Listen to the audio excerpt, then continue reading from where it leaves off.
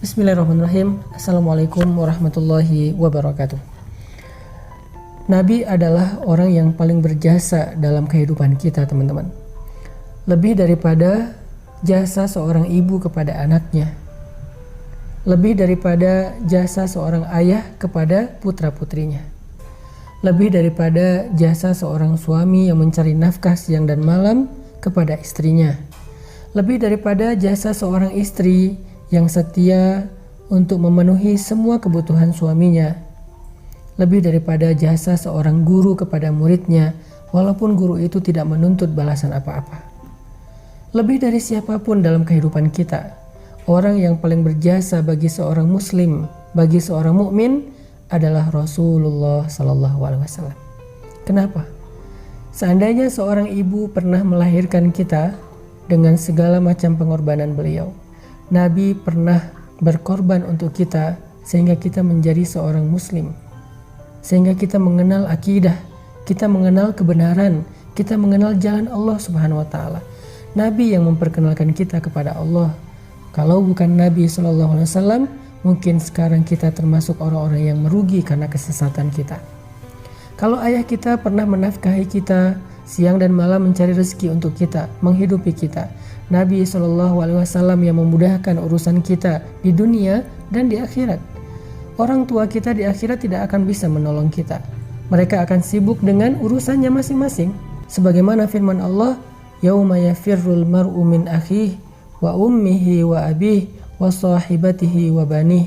Hari ketika seseorang lari dari saudaranya, dari ibunya atau ayahnya, dari pasangannya dan anak-anaknya. Semua orang pada hari itu sibuk sendiri-sendiri. Ayah kita nanti di padang mahsyar akan ninggalin kita. Ibu kita nanti di padang mahsyar akan ninggalin kita. Keluarga kita, pasangan yang kita cintai sehidup semati, nanti dia akan meninggalkan kita. Dan itu bukan sesuatu yang tercela, karena memang semua orang akan sibuk dan panik sendiri-sendiri. Termasuk kita juga akan meninggalkan siapapun di antara keluarga besar kita. Terus siapa orang yang satu-satunya akan menolong kita, membantu kita, yang sebetulnya dia sudah memiliki tiket masuk ke surga, tetapi dia tidak masuk ke surga demi menolong kita? Satu-satunya orang yang akan berdiri di padang mahsyar, mengangkat tangannya ke hadapan Allah, menghadap ke arsy mengatakan, "Ya Rabbi, wahai Tuhanku, ummati, bagaimana keadaan umatku?" Satu-satunya orang yang akan peduli kepada kita hari itu adalah Rasulullah SAW. Makanya hari ini saya pengen ngajak kita semuanya untuk membiasakan satu habit, satu kebiasaan, yaitu habit berselawat kepada Nabi SAW. Kenapa?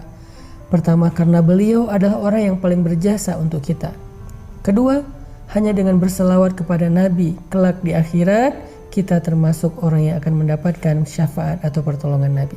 Hari ini saya mau membaca beberapa ayat atau hadis tentang keutamaan salawat kepada Nabi. Mungkin selama ini kita menganggap salawat kepada Nabi itu satu hal yang ringan, bahkan cenderung kita remehkan, kita anggap nggak terlalu penting, sehingga ketika nama Nabi disebutkan, kita nggak otomatis berselawat. Sekarang saya pengen bacain beberapa keutamaan salawat, supaya setelah ini kita jadi tahu salawat itu ternyata keren banget. Selawat itu ternyata agung banget. Selawat itu ternyata ibadah yang ringan, tapi pahalanya gede banget. Orang yang paling rugi adalah orang yang apabila disebutkan nama Nabi, tetapi dia tidak berselawat kepada Nabi. Bahkan Jibril marah dan benci kepada orang seperti itu. Dalam surat Al-Ahzab, Allah Subhanahu wa taala berfirman, "Sesungguhnya Allah dan malaikat berselawat kepada Nabi. Wahai orang-orang yang beriman, berselawatlah kalian kepadanya dan ucapkanlah salam penghormatan baginya." Apa pelajaran dari ayat ini? Ternyata kata para ulama, ada banyak sekali hikmah atau kebaikan yang tersimpan di dalam salawat. Yang pertama, salawat kepada Nabi itu adalah perintah Allah Subhanahu wa taala. Hukumnya wajib.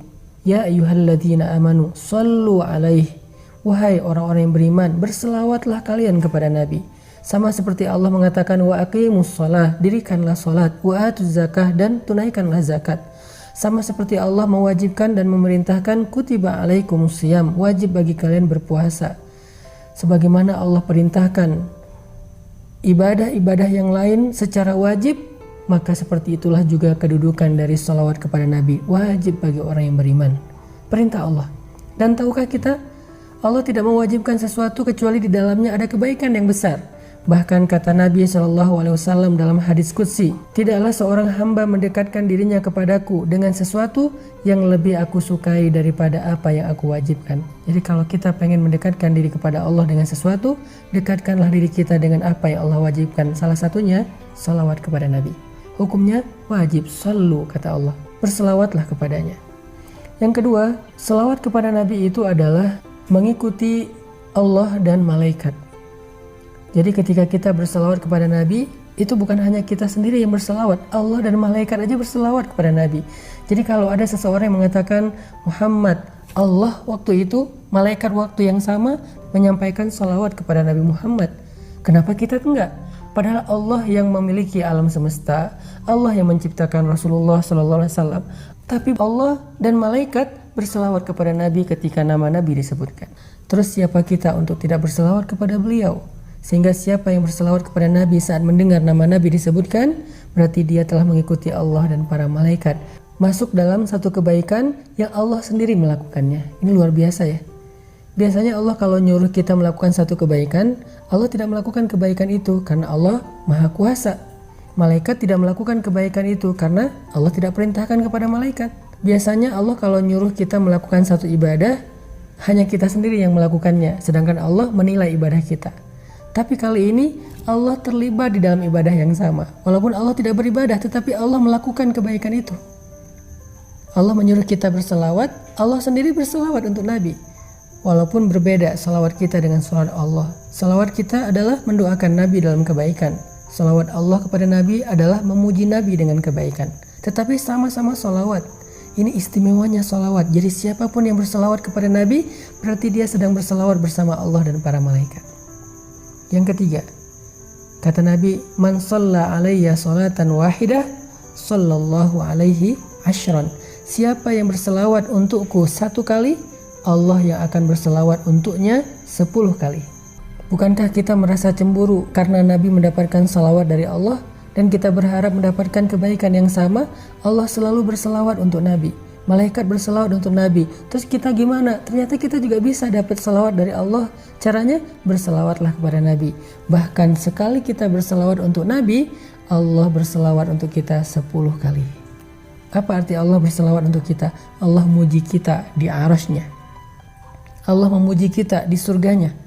Allah memuji kita di hadapan malaikat-malaikatnya. Sehingga dengan kita rajin berselawat untuk Nabi, kita jadi selebgram di langit. Dikenal oleh banyak penduduk langit karena sering dipuji-puji, dimention sama Allah Subhanahu wa taala. Yang keempat, Nabi SAW bersabda, man shalla alayya salatan sallallahu alaihi 10 salawatin wa huttat anhu 10 khatayatin wa rufi'at lahu 10 darajatin.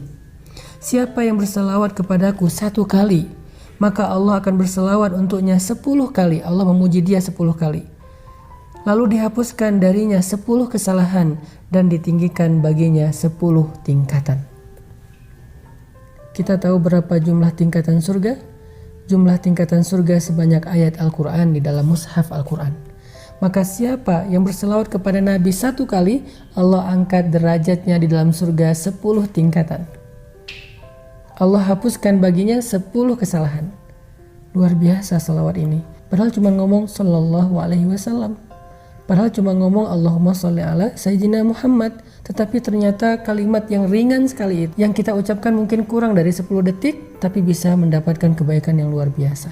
Yang kelima, Nabi SAW bersabda, kullu du'ain yud'allahu azza wa jalla bih mahjubun anis sama hatta yusalla ala Muhammad. Semua doa yang dipintakan kepada Allah Subhanahu wa taala akan terhijab, akan terhalang dari Allah Subhanahu wa taala sampai dia berselawat kepada Nabi Muhammad sallallahu alaihi wasallam. Jadi kalau kita pengen doa kita nggak ada hijab, nggak ada penghalang, nggak disconnect, nggak di reject, berselawatlah kepada Nabi di awal atau di akhir doa kita. Pokoknya setiap kali kita berdoa, salawat. Insya Allah doa kita nggak ada hijab, pasti diijabah oleh Allah Subhanahu wa ta'ala. Dan yang terakhir, tahukah kita ketika kita bersalawat kepada Nabi, ternyata Allah Subhanahu wa ta'ala akan menyampaikan salawat kita kepada beliau dan beliau akan membalas salawat kita dengan salam yang sama. mau dapat salam dari Nabi, mau dibalas salam sama Nabi sallallahu alaihi wasallam secara personal, berselawatlah kepada beliau. Sehingga ketika kita mengatakan Allahumma sholli ala sayyidina Muhammad, ketika kita mendengar nama Nabi disebutkan, kita bilang sallallahu alaihi wasallam, Nabi akan menjawab salawat kita. Nabi akan membalas salam kita, sehingga kita termasuk orang yang sering saling memberi salam dengan Nabi sallallahu alaihi wasallam.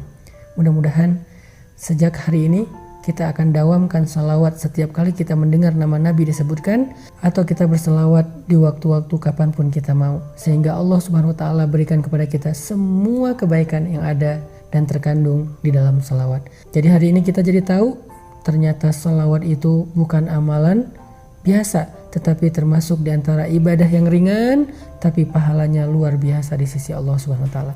Barakallahu fikum.